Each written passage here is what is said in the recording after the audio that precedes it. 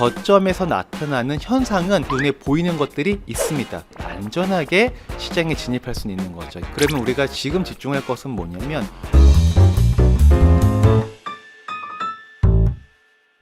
안녕하십니까, 행센 오영일입니다. 작년까지 집값이 무섭게 상승했잖아요. 그러다 보니까 내 집 마련의 타이밍을 놓치고 허탈해 하셨던 무주택자분들이 많이 계셨는데요.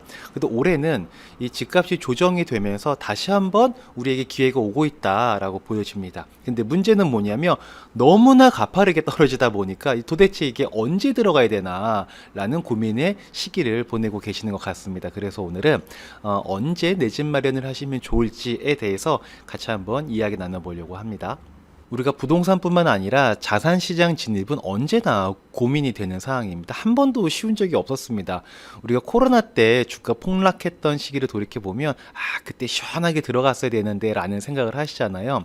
이런 생각을 하셨다는 건 뭐냐면 그때 시원하게 안 들어갔었다는 거죠.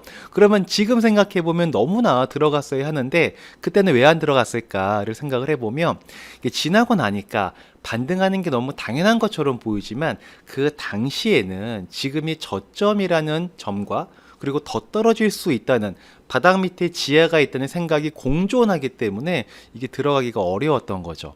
이렇게 헷갈리는 상황에서도 우리는 들어가야 하는 것 같긴 한데 라는 생각을 하긴 합니다. 왜냐하면 IMF 때나 금융위기를 겪었기 때문에 그때 그 무섭고 어려운 시기에 들어가셨던 분들이 돈 버시는 걸 우리는 봤잖아요. 그래서 머리로는 알아요. 머리로는 이렇게 저렴해졌을 때, 쌀 때 그래도 과감하게 들어가야 된다는 걸 알지만 그래도 어때요? 마음이 무섭죠. 무겁습니다. 들어갔다 물릴까봐 겁나고 더 떨어지면 더 싸게 사고 싶은 욕구도 좀 있고 이런 심리 상태 때문에 우리는 확실할 때 들어가고 싶은 생각을 갖고 있습니다. 근데 아쉬운 건 뭐냐면 투자에는 확실한 게 있어요, 없어요? 확실이라는 게 없죠. 그러니까 어려운 겁니다. 시장을 전망하는 전문가분들도 나름의 근거로 미래를 예측하고 저마다의 전망을 내놓고 계시는데 그분들도 다 의견이 엇갈리는 게 어찌 보면 너무 당연한 일이다라고 생각이 됩니다. 우리가 주식 투자가 고민 중이시라면 적립식으로 투자해 나가면 되잖아요. 우리가 한 방에 크게 먹겠다는 욕심만 없으면 이런 불확실한 마음이 들 때는 시장에서 개인이 할 수 있는 가장 확실한 투자 방법이 바로 적립식 투자인 거죠. 근데 문제는 뭐냐면 바로 부동산입니다. 이 부동산은 방 한 칸, 거실, 화장실 이렇게 따로따로 나누어서 살 수 있는 자산이 아니고요. 주식처럼 나누어서 들어갈 수 없고 무조건 한 방에 들어가야 되는 그런 자산인 거죠. 그러다 보니까 잘 되면 얻는 것도 엄청 많습니다. 근데 반대의 경우 떨어졌을 때는 잃는 것도 너무나 많은 거죠. 그래서 들어가는 게 극도로 신중할 수밖에 없는 그런 사안입니다. 근데 우리는 내 집 마련을 하긴 해야 되는데 언제 내가 들어가야 될까 이거 고민되잖아요. 그리고 이왕 사는 거 조금 저점에 잘 사고 싶고 근데 또 저점의 시간은 맞출 수 없다는 건 또 우리가 알고 있고요. 그래서 이 말씀을 좀 드리고 싶습니다. 저점 시점은 어차피 우리가 맞출 수가 없습니다. 그런데 저점에서 나타나는 현상은 객관적으로 명확하게 눈에 보이는 것들이 있습니다. 그걸 우리가 잘 보고 그때 내 집 마련을 하게 되면 그래도 나쁜 선택, 후회가 남는 선택은 아닐 것이다 라는 말씀을 드리고 싶습니다. 그러면 저점에서의 현상은 어떤 것이 있느냐? 바로 규제 완화입니다. 규제 완화 중에서도 다주택자 규제 완화고요. 취득세 중과에 대한 부분을 좀 말씀을 드리고 싶습니다. 시장 참여자는요. 무주택자, 1주택자 그리고 다주택자가 있지 않습니까? 이 중에서 지금처럼 불안한 시기에 시장에 참여해서 거래를 만드는 주체가 누구냐? 바로 다주택자 분들이십니다. 그분들은 남들이 아니라고 할 때 들어가서 자산을 일군 그런 사람들이잖아요. 근데 지금은 그런 다주택자 분들이 시장에 들어가기가 굉장히 어렵습니다. 왜냐하면 여러 가지 이유가 있겠지만 가장 큰 것 중에 하나가 바로 취득세 중과거든요. 이 3주택부터는 12%라는 취득세를 내고 시작해야 되기 때문에 굉장히 많이 부담이 됩니다. 우리는 만약에 뭐 1억짜리 집이면 그분들한테는 1억 1200이 집값인 거예요. 시작부터가 높은 가격으로 시작하는 꼴이나 마찬가지라는 거죠. 지금처럼 거래량이 비정상적으로 적은 시기가 지속되면 정부도 아마 칼을 꺼내들 수밖에 없을 겁니다. 왜냐하면 이 지방정부 같은 경우에는 이 취득세나 이런 수입이 꽤 큰 부분을 차지하는데 이런 수입원이 끊기고 세출, 그 돈을 써야 되는 일들은 그대로 있잖아요. 그러다 보면 당연히 재정 곳간이 비어질 수밖에 없겠죠. 그러면 당연히 지방정부는 중앙정부에게 민원을 넣겠죠. 야, 이러다가 우리 죽겠다. 어떻게 좀 해봐. 라고 이제 민원을 넣을 수밖에 없을 겁니다. 그러면 정부도 어쩔 수 없이 모두가 잘 사는 방안으로 가기 위해서 취득세 중과나 이런 부분들을 좀 움직이는 칼을 꺼내줄 수밖에 없을 겁니다. 실제로 제 주변에 다주택자 분들도 취득세 중과가 풀리기만을 기다리고 계시는 분들이 계십니다. 자, 그 다음으로 저점에서 나타나는 현상은 바로 양도세 특례입니다. 쉽게 말해서 집을 사서 돈을 벌어도 세금을 매기지 않겠다는 거죠. 실제로 2013년도 박근혜 정부 때 미분양을 해결하기 위해서 5년간 양도세 특례를 적용한 바가 있었는데요. 그때 14년도, 15년도에는 거래량이 늘어나는 모습을 보이기도 했습니다. 그러니까 이렇게 이제 취득세 중과도 없어지고 양도세까지 특례가 적용되게 되면 시장에 참여하는 사람들은 당연히 많아지겠죠. 그리고 여윳돈이 있으신 분들은요, 지금은 이제 은행에 많이 넣어놓고 있잖아요. 근데 결국은 이분들은 부동산에 돈을 넣는 경우가 굉장히 많습니다. 그리고 돈을 넣는 이유는 뭐냐? 바로 돈을 벌기 위함인 거죠. 돈을 벌기 위해서 부동산에 돈을 넣는데 거기에 세금까지 없다? 너무나 좋은 환경이 조성이 되는 겁니다. 그러면 수요가 살아날 겁니다. 이런 거죠.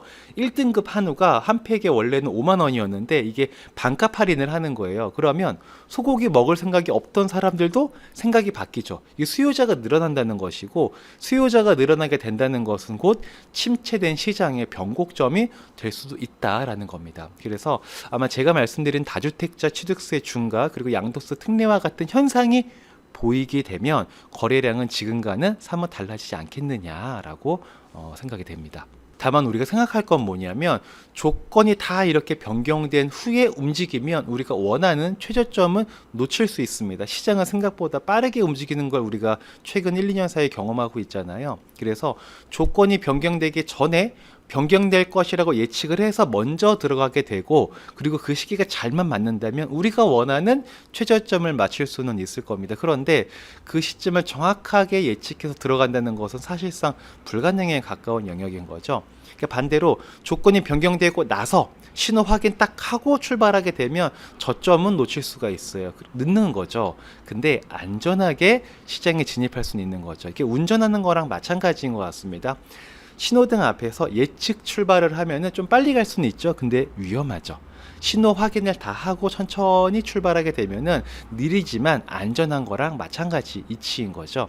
그럼 우리는 어떻게 해야 될까? 우리는 최저점이라는 욕심만 내려놓을 수 있으면 조건이 변경되는 것을 충분히 눈으로 확인을 하고 출발을 해도 늦지 않고 나의 소중한 재산을 지키는 데에 있어서 좋은 방법이 될 것이다 라는 말씀을 좀 드리고 싶습니다. 지금과 같은 시기에는 현상을 예의주시하면서 시장을 떠나지 않는 게 가장 중요합니다. 규제가 바뀌고 정부 정책이 바뀌고 조건이 변경된다는 것은 어찌 보면은 무주택자분들에게 기회가 될 수도 있겠지만 또 안 좋은 면이 작용하기도 합니다. 어떤 거냐면 다주택자분들과 같은 조건으로 이제는 경쟁을 해야 된다는 거예요. 아까 제가 말씀드렸을 때 다주택자분들은 취득세 중과가 있기 때문에 1억짜리 아파트도 그분들이 볼 때는 1억 1200이에요.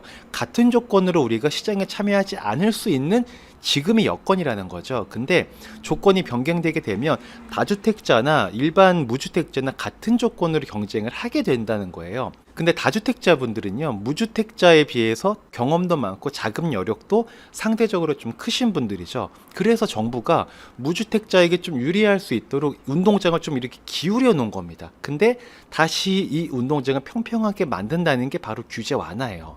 그러면 경험 있는 분들과 대등한 경쟁을 하는 게 쉽지는 않을 수 있겠죠. 그러면 우리가 지금 집중할 것은 뭐냐면, 평평해진 운동장이 올 테니 평평해졌을 때 발빠르게 뒤처지지 않을 수 있도록 기초 체력을 다지는 게 굉장히 중요합니다. 지금은 기초 체력을 다지는 시간을 보내는 거고요. 계속해서 관찰하고 시장을 공부하면서 우리가 준비를 해 나가는 모습이 필요합니다. 저는 이런 생각을 해요.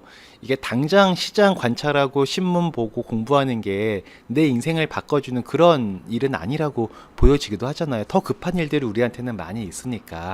근데 만약에 어떤 누군가가 계속해서 하루에 한 20분, 30분 정도, 적게는 10분만이라도 매일매일 시장을 관찰하면 너 10년 후에 내가 5억 줄게, 또는 뭐 5년 후에 3억 줄게, 이런 얘기를 합니다. 그럼 하루에 10분씩 이렇게 해가지고 5년 후에 3억 받는 거, 이거 좋은 거잖아요.